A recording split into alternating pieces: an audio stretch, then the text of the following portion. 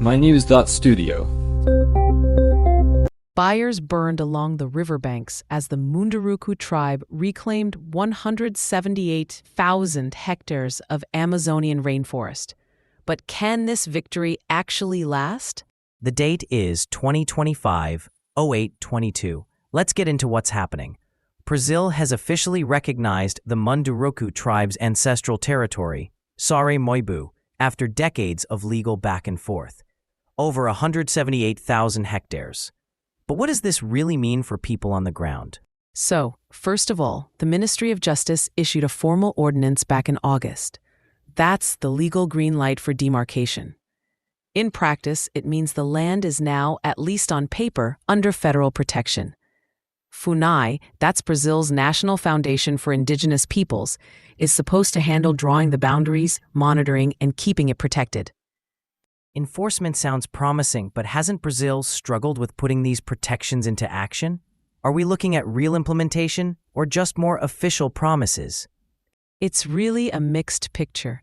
Brazil's constitution and international agreements, such as ILO Convention 169, make these protections legally binding. But in reality, enforcement often falls short. For example, Law 14.701, passed in 2023, actually introduced new obstacles. Wait, what kind of obstacles?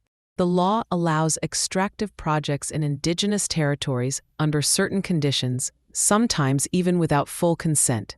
So, legal recognition doesn't always prevent development or resource extraction. So, even with recognition, there are loopholes. Has the Lula government approached this any differently? Lula's administration has accelerated demarcations, but challenges remain.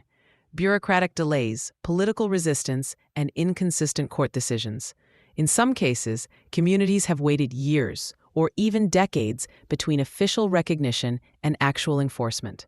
During that period, illegal mining, logging, and land grabbing don't always stop. And what about the Munduruku themselves? How are they protecting their land while waiting for the government to act? They're using a range of tactics. Grassroots mobilization is a big part. Nonviolent protests, highway blockades, and even self-demarcation, where they go out and mark the boundaries themselves. Leaders like Alessandra Karat Munduruku have stepped up as public figures, tying their movement to climate action and forming alliances abroad. Are these partnerships with international groups and environmental organizations making a tangible difference? To a degree, yes. Environmental NGOs and international human rights organizations help amplify the Munduruku's struggle on a global stage. That kind of pressure matters, especially with Brazil set to host COP30 soon. Still, it's not a fix-all. There are internal disagreements, especially about mining, and real threats from organized crime. So there's cause for celebration, but also significant danger. Could this set a precedent for other indigenous land claims in Brazil or the wider Amazon? It's already acting as a model. This case shows that consistent legal and grassroots pressure can work. But the landscape is tough. Hostile laws, political instability, and powerful lobbies from agribusiness and mining. Many indigenous territories are still waiting for recognition, and violence against activists is a constant concern. If we step back, why should people outside Brazil care about this? The Amazon isn't just a local issue. It's a major carbon sink for the planet. Protecting indigenous rights is directly linked to conservation. Studies show that these lands are better protected when managed by indigenous communities. So, the stakes include the global climate, not just one community. Do you think this might encourage governments or corporations elsewhere to rethink their policies? That's the hope.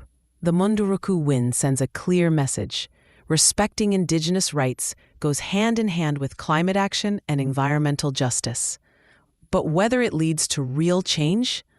Well, that's still an open question. Thanks for walking us through that. Today's story really showed how legal progress, community action, and the fight to protect the Amazon all connect. And as the Munduruku light their fires in celebration, the world is watching to see what follows. Thanks for tuning in. This episode was brought to you by mynews.studio. Try it out for free.